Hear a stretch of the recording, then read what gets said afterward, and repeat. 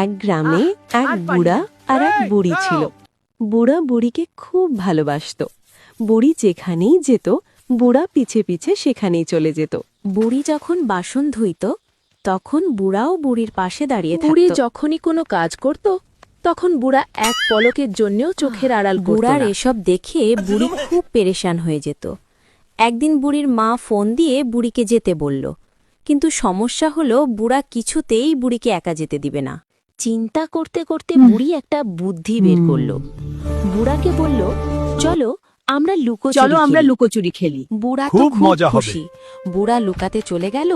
এই ফাঁকে বুড়ি তার কাপড়ের বাক্স নিয়ে দৌড়ে চলে গেল। বুড়ি মায়ের বাড়িতে পৌঁছে শান্তিতে শ্বাস নিল। এতদিনে শান্তিতে শ্বাস নিতে পারছি।